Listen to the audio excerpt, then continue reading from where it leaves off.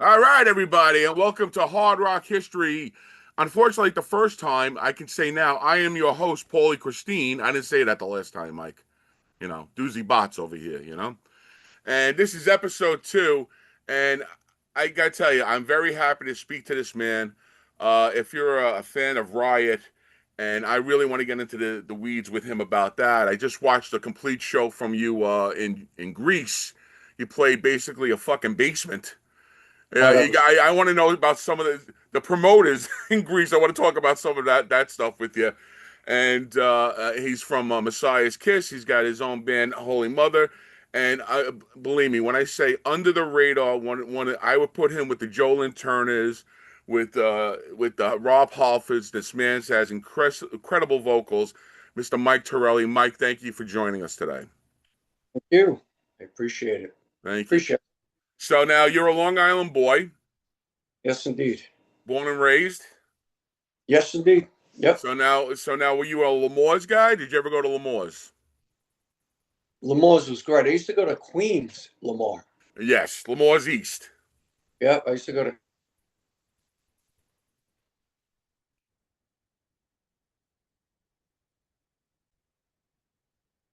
All right, talking about Lamore East. So you used to go to Lamore East.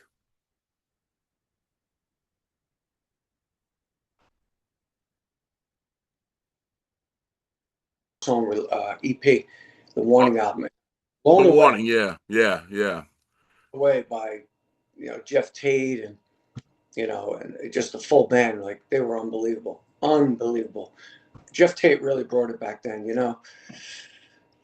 got Queens right now without Jeff and all that, and it's all great. And Todd does Todd a does a good job, great job, you know. amazing. But you know what? I don't think they give Jeff enough credit. He created that style. Hmm. He's created it. So shout out to Jeff Tate.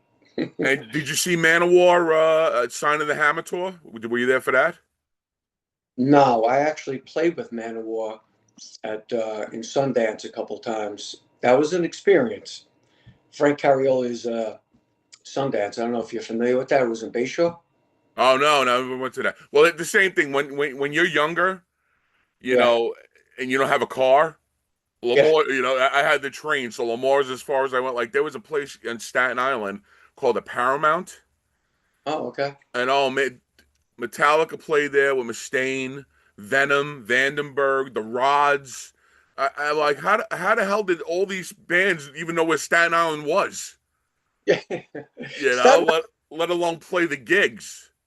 Staten Island's a pain in the ass to get to too. It So is Long is. Island. That It might is. be a pain, as a pain in the ass. So now, growing up, you always a hard rock guy, or did you go from AM radio, where you're just a vocalist type of guy? What were you into growing up? Well, I guess as a youngster, mostly hard rock, of course. But I remember in like sixth grade, I had this girl that used to get me like albums and stuff. Her father worked at a record store. She got me like a Barry Manilow album, and then she got me Kiss. And I was, that was it. Something like that, the hard rock kind of thing. But basically, always hard rock.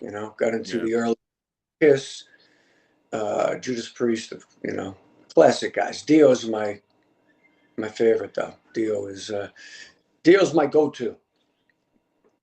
did you go to the Beacon when he did the Holy Diver tour? Um, no, believe it or not, no. Yeah, Only saw Dio like later on in years, but no, I noticed that. Did you go? You went to the I Holy? I was at I went to the Black and Blue tour.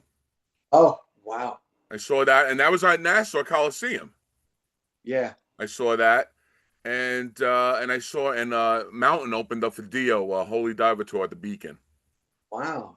It's Yeah, crazy. 'Cause I went to go see Blois the Cult in Orlando, I think it was. I'm not sure. Yeah, we were down in Florida a lot, me and my wife, and we just went to go see the guys, and they're all friends of mine. Danny Miranda, Jules Rodino, and Richie Castellano. yeah, yeah. Good shot. And I mentioned to the guitar player in Blois the Cult, the original. They're both actually. I was like, well, you should do a Black and Blue tour again. I said to him. He goes, I don't think they'd want to do that. Oh, I said, Bouchard, Joe Bouchard. yes.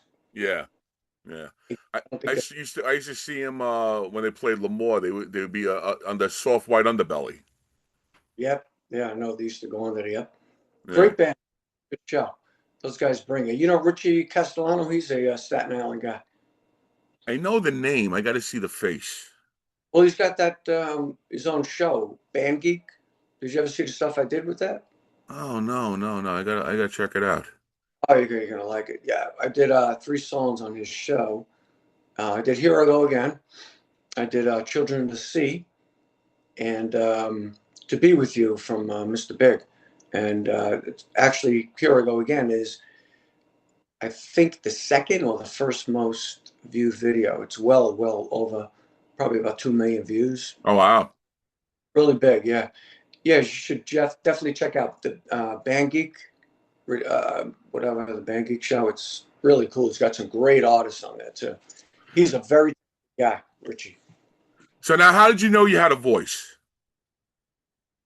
Um, High school, it's funny because I had friends in bands, and I'd be on like the bus singing like Ozzy and stuff like that, and um, doing siren noises and stuff like that. I was a sound effect guy, you know, and I was the only one who can, sing back then. And at the time I was very, green, wasn't very experienced, but just being around high school guys and just singing the Judas Priest stuff and Queensryche and Iron Maiden, all that classic stuff, and then people are like, wow, you're really unbelievable. You can really sing, So that gained your confidence. Yeah, Like, hey, maybe I can sing.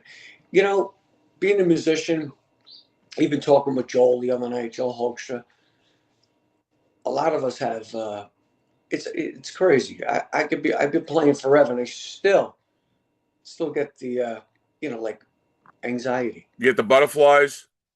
Yeah, Yeah, that I don't know if it's gonna sound good, and it's tough being a vocalist because you bring your voice everywhere, So, and then when you're doing, especially like the other night, me and Joel did that White Snake thing, yeah. and people are brutal online. If I'm thinking, I better bring it, because people will be like, he's good, but whatever, Same thing with Joel.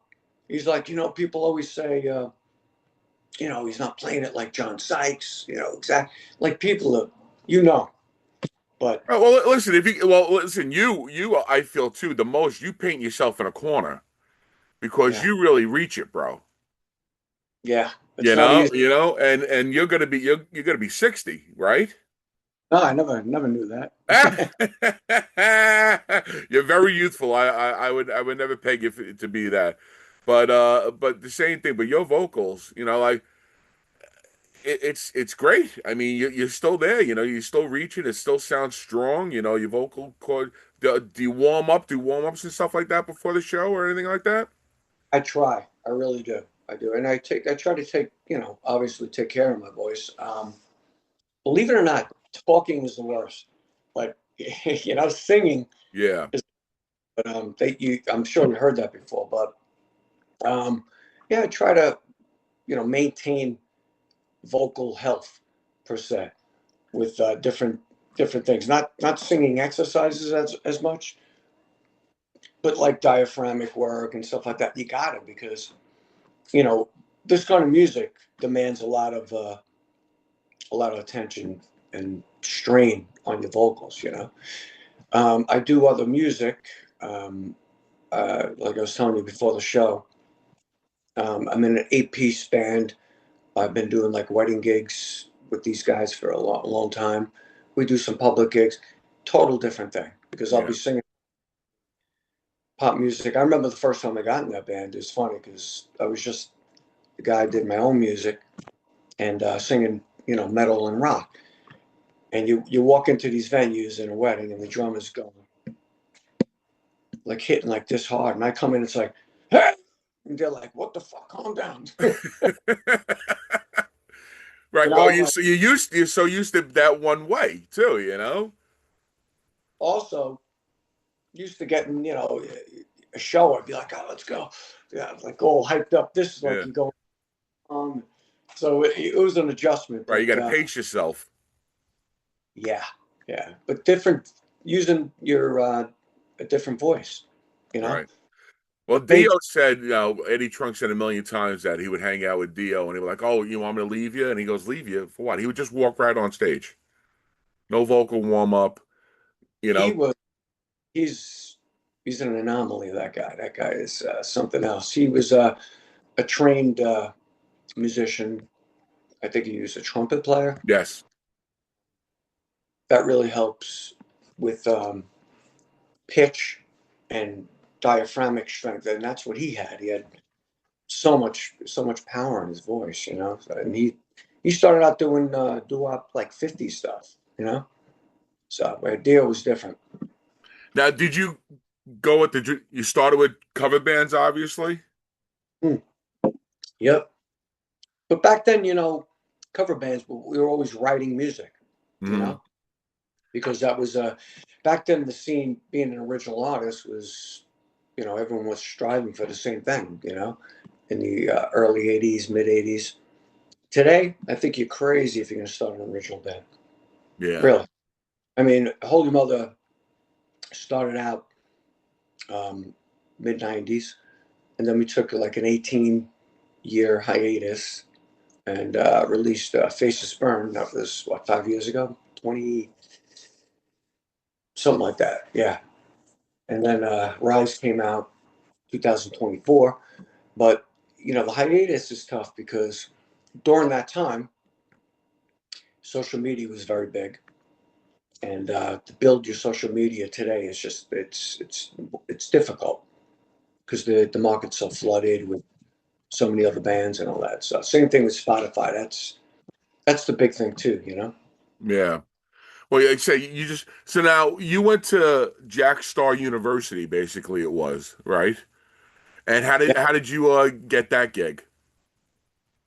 Um, Jack Stowe was looking for a singer, and Fingers at Fingers Metal Shop.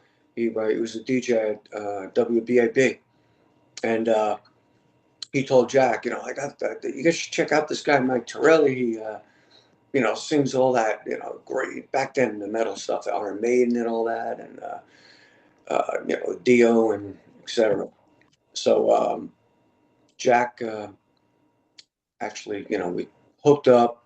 Dave DeFay actually was producing the first album I did with them, and Dave came over, went through all the songs that they wrote, and we recorded it at Sonic Sound. I remember, and that was my first real experience. You know, recording somebody else's album. But Jack put me on the map as Yeah. far as European fans and all that kind of stuff. So, I mean, and the hair. How'd you maintain that hair?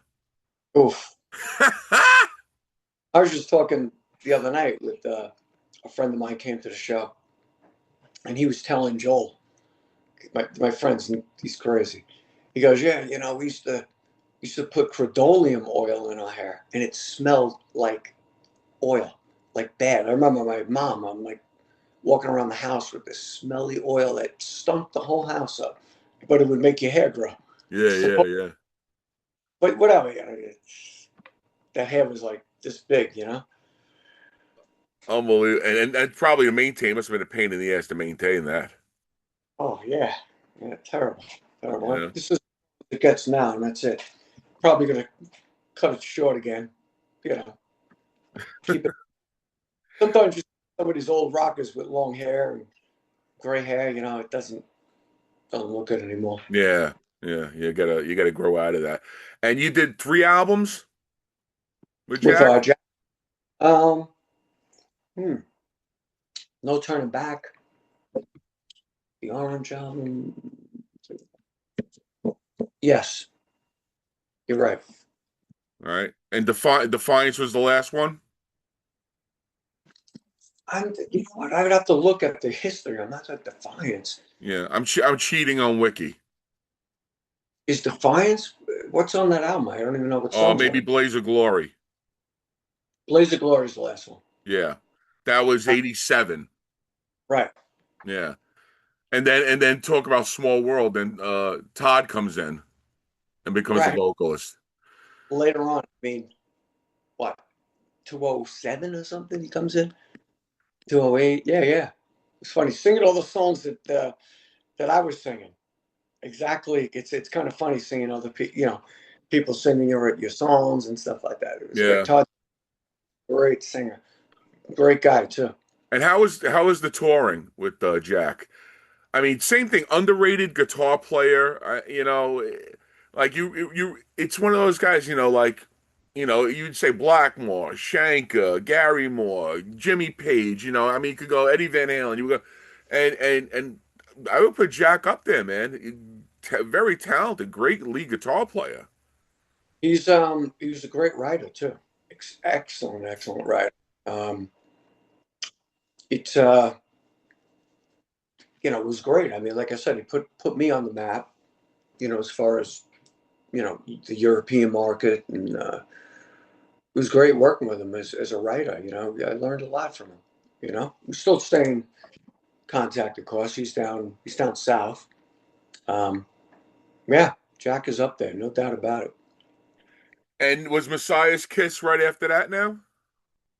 Besides Kiss, okay. The last album that I did with Holy Mother was pretty much I recorded everything. This is 2000 like 2000.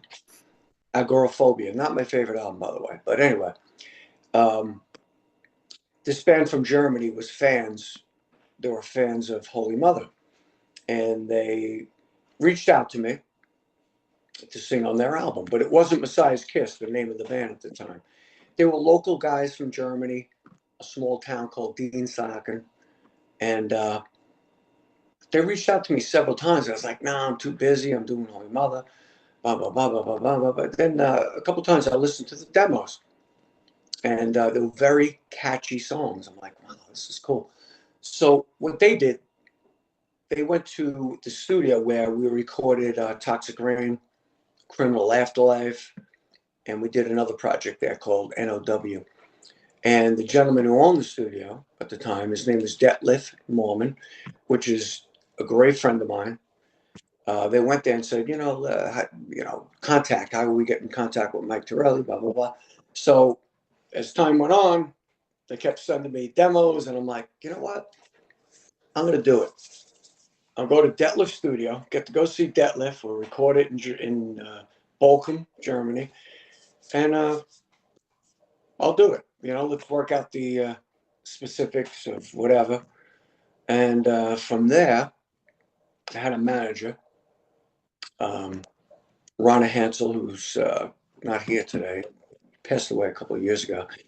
He was managing me, Holy Mother, on the last album, and recorded the vocals. He was there, whatever, and he was floored by the Messiah's Kiss album, like all the songs. So right away, boom.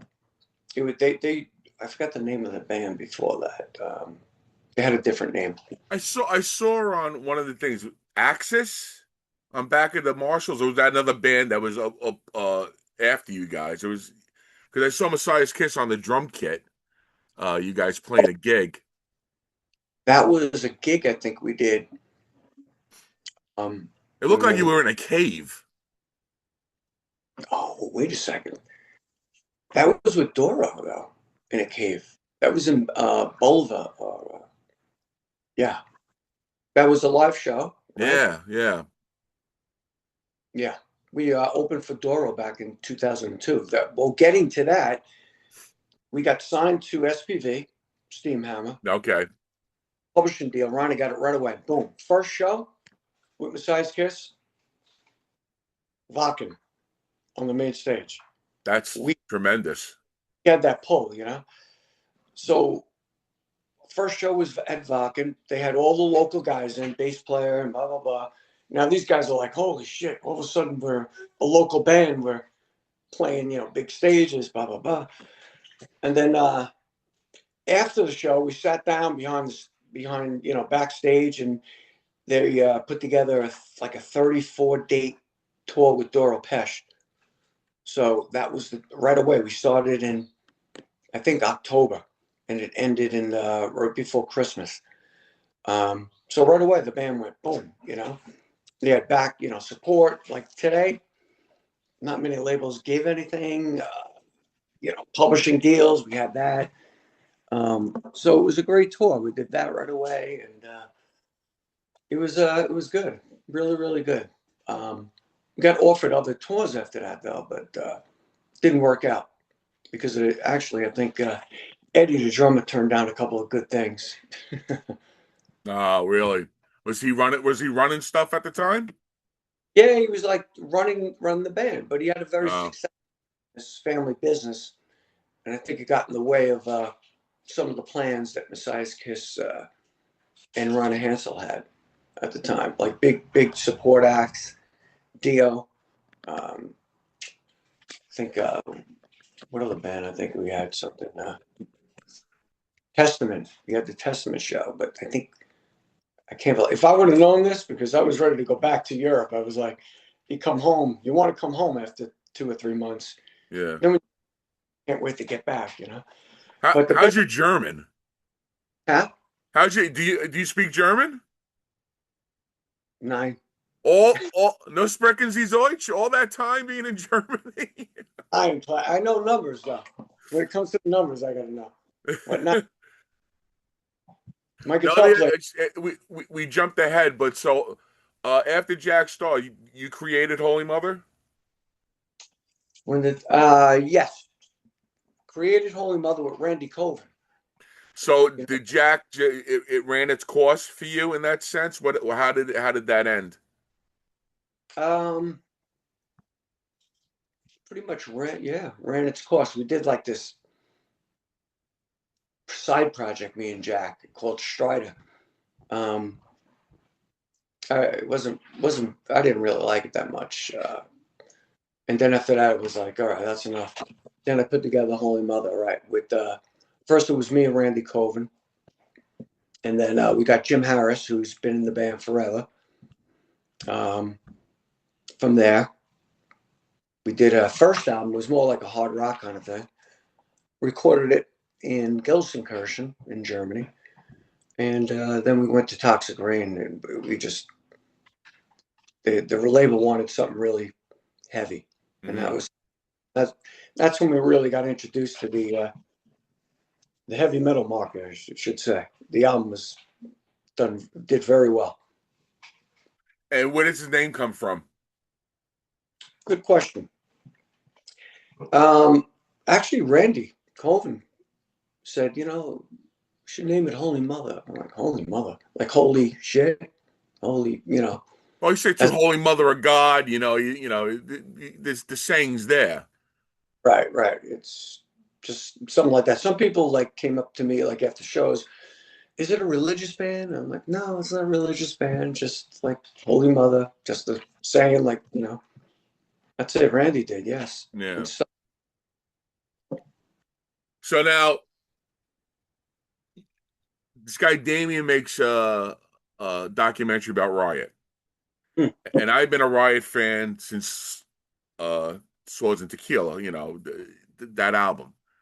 So, and I saw the Red Forest years. I was at the Palladium. I saw that album. And so I'm watching this, and as I grow older, it's one of those deals. I was like, uh, into the Dead Kennedys. I was into Rainbow. I like too many things, but and at that genre time, that's what I liked. So, right. like, if I'm listening to Slayer, I wasn't listening to Dream Theater. You know what I'm saying? It just wasn't working for me.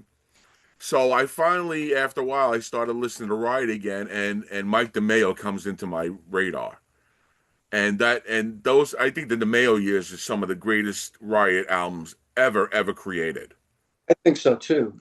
I talked to Mike a lot. He just played on the last single that we just put out, by the way. Oh, Played did keys. you? I think DeMeo was definitely one of my favorite singers vocally on somebody. He's just had great feel, great range, great, really, really great. I always tell them, great stuff. Especially going from Tony Moore, Right, with which all is that. Halford, on speed, up here all the time, to a guy who is like a hard rock, straightforward singer that has range, was like, holy shit, it was such a revelation, and the albums that came out, I mean, Kings Are Falling is one of my favorite songs of all time. So now I'm watching this documentary and they're doing the whole thing about Mike, and then this fucking guy named Mike Tirelli comes on in a live show, and he's singing Thundersteel, and I'm like, It's, holy shit, who the fuck is this guy? You know? And oh, honestly, Mike, if you didn't research you, like I said, and that's what got me to really appreciate everything that you do, you know? And then I'm even more pissed that reality never records with you. we did some. We were doing some stuff. Yes, and he got sick. I got sick. I don't know if you knew that. Right, At the, right. So now before that, so now the Mayo leaves. Okay, how do you get the Riot gig? believe it or not, the first recommendation came from Randy Coven because Randy was playing with Riot for that time, and Frank Gilchrist, who was the drummer and Yes. still. Um, yeah, and it's funny because they called Mark and they're like, "Yeah, Mike Torelli would be great for this gig," and Mark's like, "I don't want another guy that's like singing, you know, like Tony Moore. Not that Tony Moore's great, and what he did was legendary. Yeah. I want like like a DeMeo kind of thing in between that. And, oh no, he'd be perfect. I remember, they sent me the songs, went down, I learned them all, and they loved it. Went down to Mike Flintz's house. He lives in Amityville, and we would rehearse there. And that was it from there. That first gig was a festival in Granada, Spain, and it was great. Quiet Riot and Megadeth were the headliners. So you got Megadeth, Quiet Riot, and Riot. It was a great, great festival. My first gig with them, off the chart, great. And then I just watched last night. You played Underworld Athena, and Is it that was a, it was basically like someone's fucking basement. oh, that was in Athens. Yes, yes, Yes, yeah, and that you're like climbing on top and holding on to the. yeah, that was a great gig. That was a great gig. It was a small club, but there had to be about at least 300 people Oh, packed in there. packed. Because the guy who recorded and he got everything to the end of Thundersteel. He was towards the back. The sound was amazing. Yeah, it sounded good. I don't recall what it sounded like, but I'd like to hear it again. I'll send you the link. It's Yeah, it's out there, but it's funny. All of a sudden, then all you guys are shirtless because it must have been so friggin' hot. it was hot. Yeah, it was But in April. but there's Mike. There's Mark, fucking in the vest, in the shirt. He never ventured off. That way. So did you? So now, not for nothing. Before you leave, I mean, after you leave, they bring Tony Moore back in, and though he got sick and you got sick, so was it the reason that you got sick that you didn't remain anymore with Riot? One of the reasons, yeah, and Mark was having a problem. But there was a label that offered them to do a reunion Thundersteel album, like go back to Okay, they got get they that did that lineup again. right. They did that lineup, and then they were going to go back, whatever, depending on the success of that. And I just was not really interested anymore. Not for different reasons. I had my thing going on. I was with Messiah's Kiss. Um, we released something. I think it was 2000. That was later on. Yeah, we did the Bulls album, whatever. So just got busy with other projects You and you were with Riot for at least 2 to 3 years, though, right? I get right, they show like 205, the end of 205 to about 208. right, exactly. And while this is going on, Army of One comes out during your Mm, tenure. right. right? And did you guys do did you do Blinded live? Did you do any of that album at all? Do you recall doing any of Army of One at all during those Yeah, gigs? yeah, we definitely did. What's on there now? Army of One, I think. I can't remember what songs are on there, but I know we did some stuff off Army of One. Definitely. If you give me the titles, I would know. Yeah, I mean that's albums like beyond ridiculous too. I think Rondinelli played on that one too, probably. Yes, he did. Yeah, great, great, great, great, great album. Yeah, real quick. What song did Army of I re- One, Knocking at My Door, Blinded, One More Alibi, It All Falls Down, Helping Hand, The Mystic, Still Alive, Alive in the City, Shine, Stained Mirror, Darker Side of Light. think we did Mystic. I think. Oh my God, I don't know.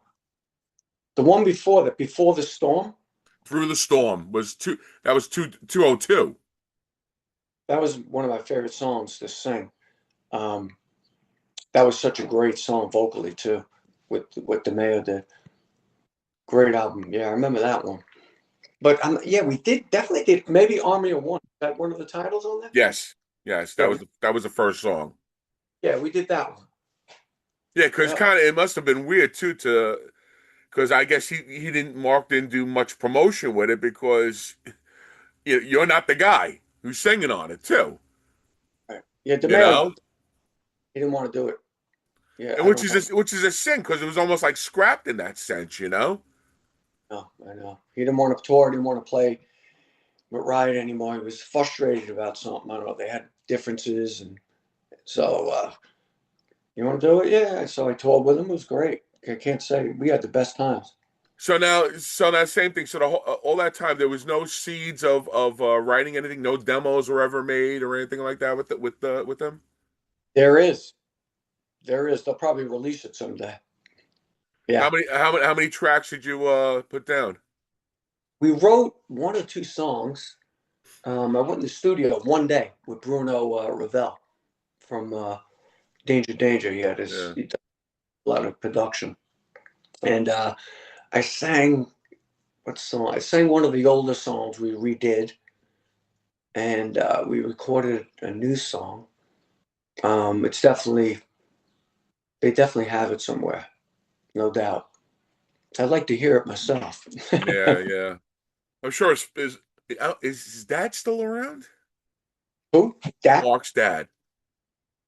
Um, that's a good question. Yeah, because I saw them for Immortal Soul at BB King's, and Mark was really sick, and he passes away the following week too, and that's when Flint's really took the helm, Right. you know, and he got and to think, that if it wasn't for him and Donnie, to continue it on, So now let me ask you this. And now I see a video too. Now that were you happen to be at the same place that they were playing the gig when you came up and sang with them? You sang What? Angel Eyes. Oh, that was the Underworld in England. Uh, we did a gig with a project that I put together called Rising Five. That's right before Holy Mother decided to come back and you know do an album, whatever. That was we did a gig in England. Yeah, that was the Underworld, and then we went on, and then Riot went on. So I came up and was singing with Todd. Yeah. Oh, you opened up. Yep. Oh, that's Yeah. great. Yeah. Wow. Only one gig? No, we did another one in Mannheim, Germany, with them, with my band Rising Five. Um, I think, did we do any more? I think just two gigs. Yeah, I got to saying about being a Kiss fan. I went on a few of those Kiss cruises, Oh, and okay. they were one of the bands that like fan choice of who Hmm. else would you want to see on the cruise. And I was like, go on my Facebook page, vote for Riot, and they get the gig, you know. Yeah. And it was so nice, and I got to meet Todd and Donnie and Mike, you know, and it was so intimate, and they're sweet, Frank, sweethearts. Everybody's so down to earth, man. You know, the last, and I had the drink package, and the last night I was just ordering tequila and just bringing it up on this stage, Funny, and Donnie don't refuse tequila at all.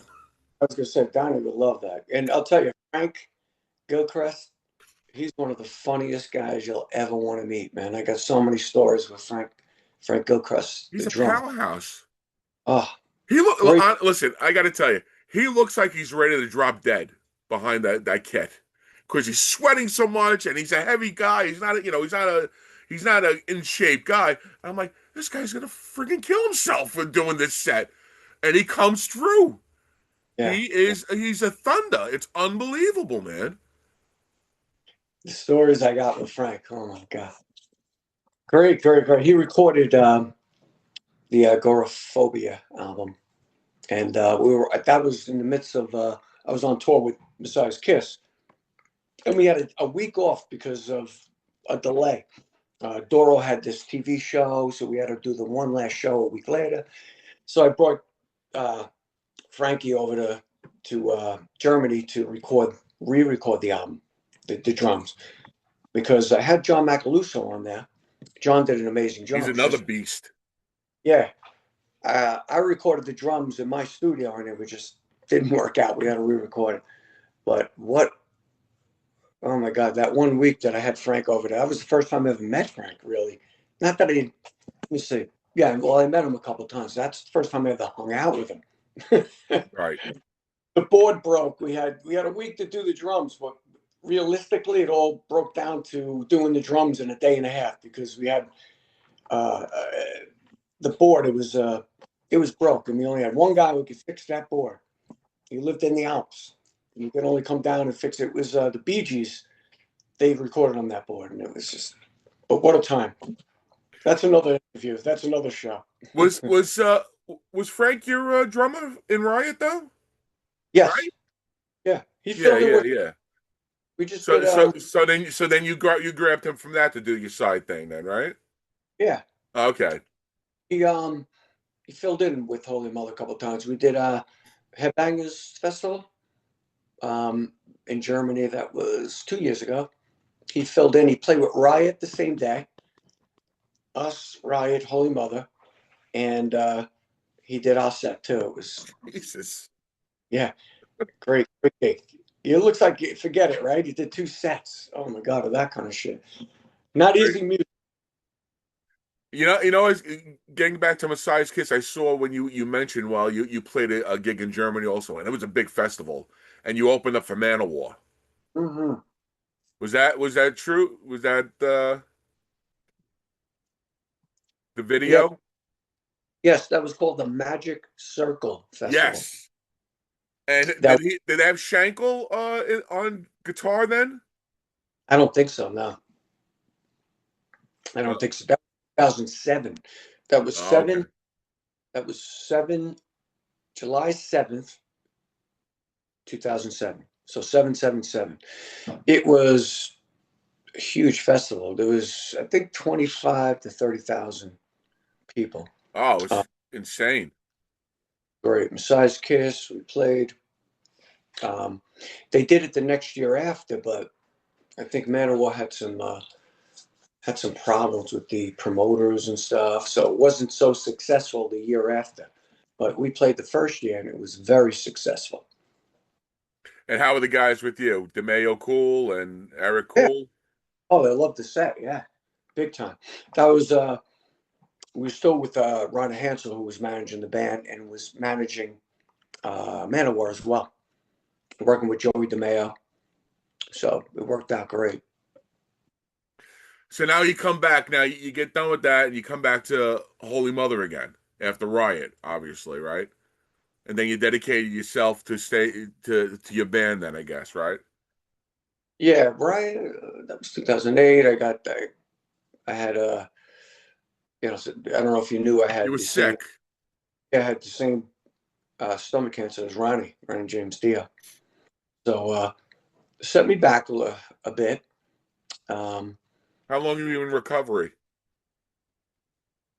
I was pretty fortunate. It was stage 3. You know, the chemo and all that stuff sets you back big time. That's what pretty much almost kills you. But then I had to do a surgery. They removed my stomach completely.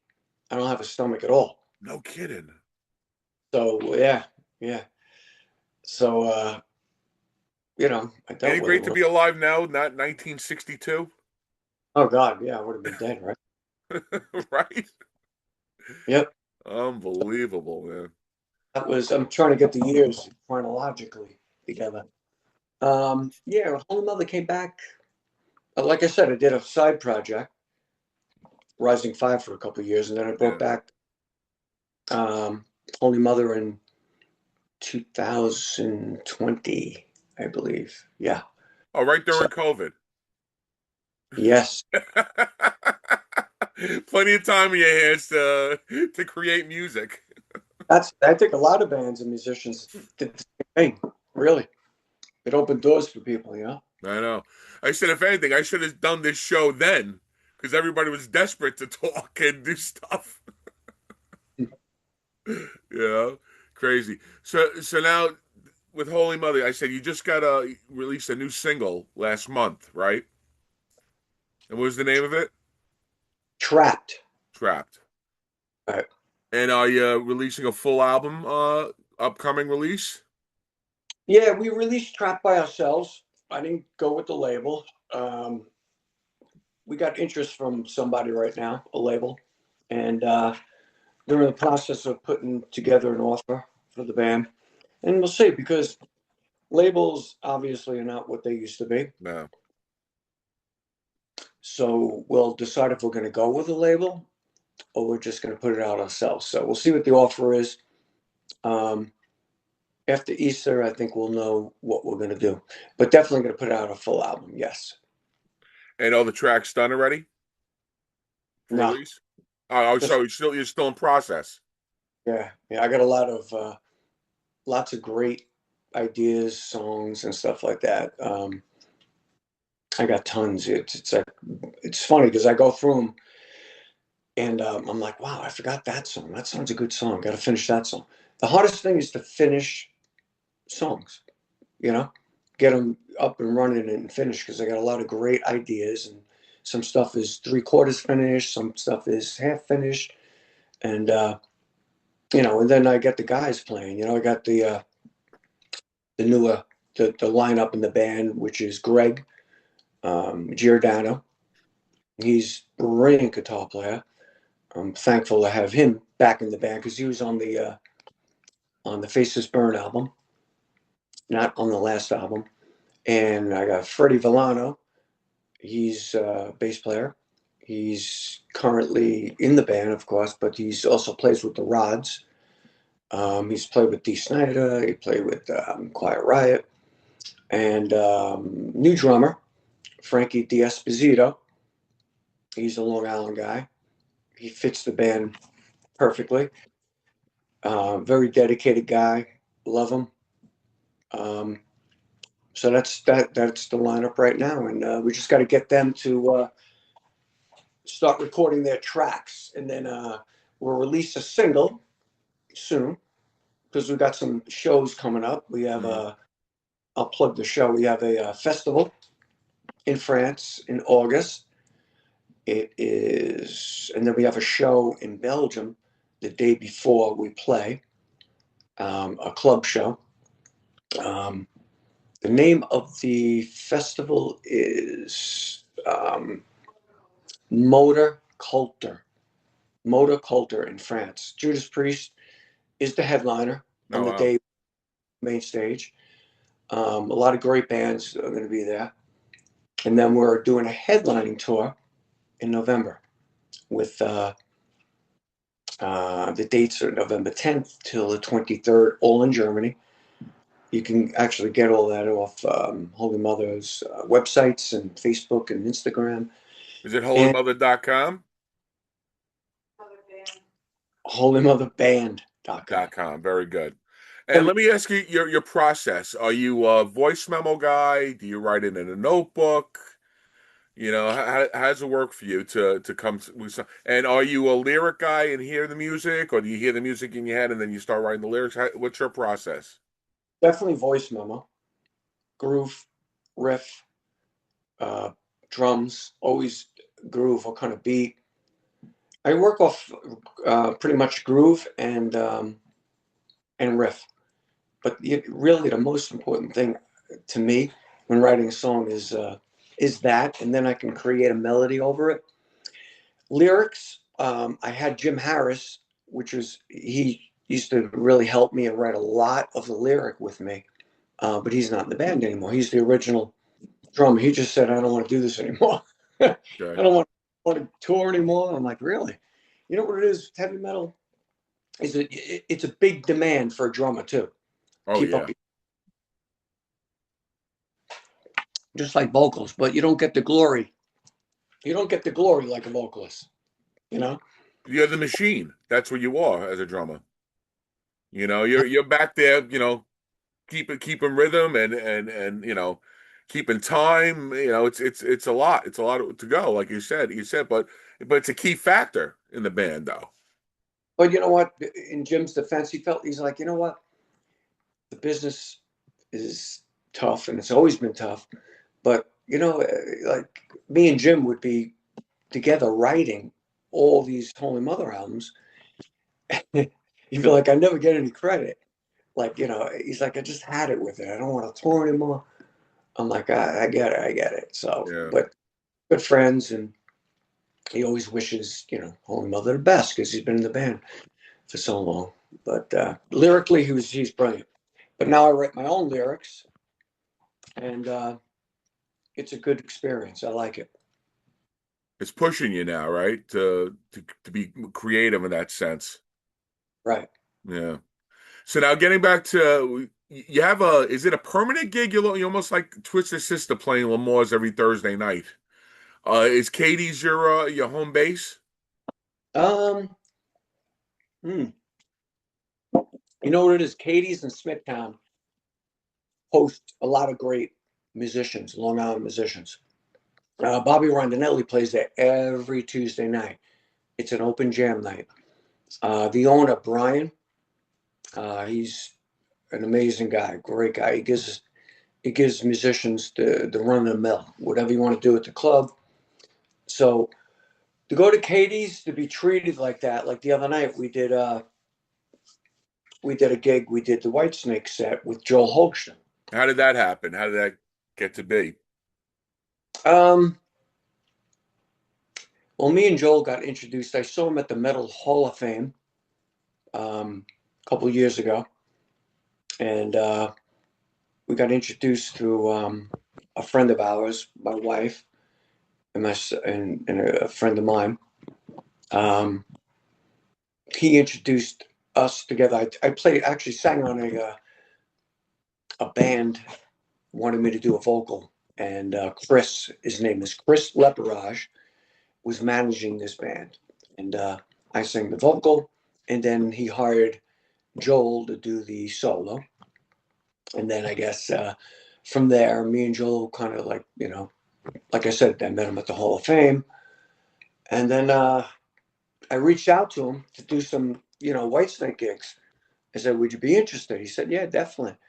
So it was always hard to coincide schedules. He's Yeah. doing the whole thing. I'm doing Holy Mother. I got the Entourage, my wedding band gigs. I got And he does Trans-Siberian too yeah, during the holidays. yeah. So he fills in. He does everything. So I wanted to do a local gig with Holy Mother, and it was a last minute thing. And Brian's like, "Okay, here's the schedule. Pick your day." So we had Friday open, which was last Friday on the 13th. And my wife is like, "Why don't you ask Joel to do that?" I'm like, "It's a small club, though. I don't know, She's like, "No, he'll do it, Just well, ask him." So I did, and obviously he was very interested. Um, no rehearsal. Came down, plugged in, got him his sound, and we kind of rehearsed before everyone came in during sound check. And the show was a huge success. Pre-sale tickets were more than sold out. Mm. VIP meet and greet tickets. It was great. We had the best time. Great night. And you always give a shout out to Brian for letting us host the White Snake thing there with Joel. It was tremendous. And what was the track list you did with him? We did Fool for Your Lovin'. We did Love Ain't No Stranger, Lovin' right? No String. Slide It In. Slide It In. Stole the Night. What else did we do? Here I Go Oh Again. wow, yeah, that's a bunch. Then we did, what other one? I'm missing one because I know there's at least 6, 7. You didn't pull out Children of the Sea? Well, that's another thing, I'll tell you. He didn't do any of the Sabbath stuff. What else did we do? Oh, we did Slow and Easy. Oh, okay. Great stuff. So we opened with a Holy Mother set, which was huge. People, they dug it. So they were insanely insane after the set. They loved it. That set them up, and then we did the White Snake set with Joel, and then I did a Dio set. Oh, So jeez. big night for me, I'll tell you. By the end of that night, with all the anxiety and setting it up and making sure everything was set, it just we did all the pre tickets ourselves. My wife Janet, without her, I wouldn't have done it. It was just a lot of anxiety and pressure, but it worked out great. I was pretty tired after that. Then I had another gig the next night. No So kidding. I did, but it was great night. Was it another Holy Mother or was the wedding gig? It was with the 8-piece band, but it was a public gig at a local club here in Patchogue called 89 North. So it was a 2-hour set, but I don't sing lead on everything, but I sing harmony on everything. But it was a great night. Felt great. Um, Very successful weekend, especially Friday night. That was the epic night. When's like I said, I hope you play the city eventually. Like I'm really surprised that you don't get any opening gigs for somebody coming into Manhattan or so Right. is it representation or could you call up the like Sony Hall and say, listen, my band can open up for Shanka or something like that? Here's the thing. It's not like it used to be. Always like headlining bands. Well, they go through an agency, booking agency, or they have a band that they're touring with already. Right. So, believe me, it would be great. We did play Sony Hall a couple of years ago. Played with Zebra. I'm friends with Randy Jackson. I saw him at NAMM. I said, Randy, I want to do a show with you. He's like, okay, no problem. You're in. So it was easy as that. But there was a promoter. I just had to contact him that Randy said we play with him. But as far as like you said, headlining bands coming in would be perfect for us. But a lot of times you got to go through the promoter, Yeah. and band already has a support act. So Right. Or even your own gig to come into Manhattan and play somewhere. Anything to think about for there? yes, 100%. Like I said to you before we started um, the show, I love playing in the city. I really do. I love it. It's just being in Manhattan or whatever. It's a great thing. So I'm trying to set something up right now, which we are, with a promoter who's going to do something hopefully soon. Maybe with Joel and Holy Mother, like we did the other night. We'll do the Holy Mother set. We'll do the White Snake set with Joel. We'll do the Dio set as well, or just White Snake Dio, or just Holy Mother Dio, whatever it is. Yeah. Yeah, because Gramercy would be something nice to do, you know. Great place. That's a great place, you know. Unbelievable. All right, Mike, I took up a lot of your time. I really appreciate that. And like I said, ladies and gentlemen, listen, he, search this man out. I mean, Appreciate he is a tremendous, tremendous talent. I mean, you're gonna be shocked. I mean, go on. It's everything's on iTunes, Spotify. You got everything. All your Holy Mother stuff is on there, Mike. every platform. Yep. Okay, Spotify is more. I guess we recommend that a little bit more because it helps with things that we just discussed. Promoters, promoters today, it's a total different game. They don't even listen to your music. They could be a big fan, but all they do is look at your numbers, right. and my numbers are building. But we need to get them to a certain number where we don't, where the promoters take a bigger risk or whatever they want to say. They'll book you, they'll even Right. put you a bigger national act at Stony Hall. So Or your Facebook is Holy Mother. yes, Holy Mother Your Band. you have do you have your own Mike Tirelli? Do you have your own Facebook page? Tirelli musician, And what and about Instagram? same thing. And are you on X? Um, no. Okay. So just Instagram and Facebook at the moment. Then we got a TikTok. We're just starting on TikTok like right now. We had something, but we didn't really maintain it. So, but basically, just those for yes. Okay, great.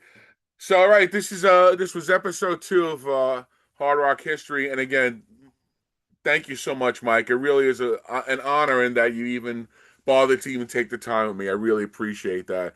And hopefully I can spread the word for you to get a lot more followers and people coming to the gigs. And I might have to schlep out to Long Island and Uh, come see you. it's funny because we really quick. We talked yesterday, and you said you were going to Brooklyn, right? To Yeah, go get authentic Italian food. So my yeah. wife is like, "Why don't? Why aren't we going right now? What the heck is going?" And you're like, "Well, whenever you want to come out." But You're more yeah, than welcome. Listen, my friend, do you know that guy, Dave Portnoy, the guy who does the One Bite from oh, Barstool? yeah, man. A friend of mine has a place called Luigi's, Okay. and Portnoy gave him like a 9.3. Wow, that's high. And I've been eating there since I'm 5 years old. And Best I guy. go and I make the pilgrimage, and there's a place called Farrell's that's a 100-year-old bar that they do the styrofoam containers for beer to make you go outside with them. And I go to Farrell's first, and then we go to Luigi's, and my boy Gio makes some of the best fried calzones. It tastes like eating a zeppoli with regatta in it. It's tremendous. I Now need that. let me ask you this: can your stomach handle every? I mean, it's been quite a ways, but can you eat everything or not? I can. Okay. Uh, Certain things bother me. Last night was a travesty, by the way. My daughter comes over. I had dinner. I'm always like, oh, I'm full, because you know what? That old mentality, when I used to always trying to gain weight, bodybuilding, and I've learned, right? But I eat too much sugar. I can't digest sugar. Uh, Very. I can eat ice cream, but a certain amount. I try to eat right. ice cream every day. I try to eat ice cream. Sounds funny, but yeah. So I had a little travesty. That yesterday was a travesty. Um, I can eat everything. Like I'll eat, especially like a calzone or whatever. Yeah, I can't eat the whole thing. Beg your Like I, taste. And let me ask you, how are your Sundays pasta and meatballs and stuff? I try to make it that way. Yes, I love. I mean, I tell you, how do you stop? That's when I get sick. But I've learned because the pain. I guess the pain I get is like Right. ugh. So I try to eat in a small portion. When we go out for Right. dinner, I know what I can eat, and then I'm like, all right, wrap it up, get it away from me. I don't want to look at it. We have my wife's aunt is 93, and every Sunday we go to her house, Oh, and she's got the pot on with the meatballs and the sausage and the spare ribs, and I love the skin. You know about the skin? yeah. And the brajol, and forget about it. It's Oh, it's it's ridiculous. I love it. I mean, nothing's better than Italian food. I tell you. we're down in Florida now, and you can't get good pizza. It's just unbelievable. You just can't get great pizza. You know, I don't know why. They say it's It's the the water. water. It really is the water. They're not lying about that. Yeah, the water's where we are. The water is like showering with the water. It's like, oh, it's got a smell to it. And I'm like, you know, whatever. So is your residence? Are you a Floridian now? Um, we did buy something down there, but I'm going back and forth. I'm in Long Island now. Oh, you're in Uh, Long Island now, right? we decided to sell this permanently and move down to Florida. I mean, mainly because the weather, man. You I know, know. we missed both snowstorms and It was brutal. It was yeah. brutal. I'm not. I don't like warm weather is better. You know, it's still cold. So Right. I'd rather deal with air conditioning. me too. Sweating air conditioning I'd rather deal with. Yeah. Funny because air conditioning.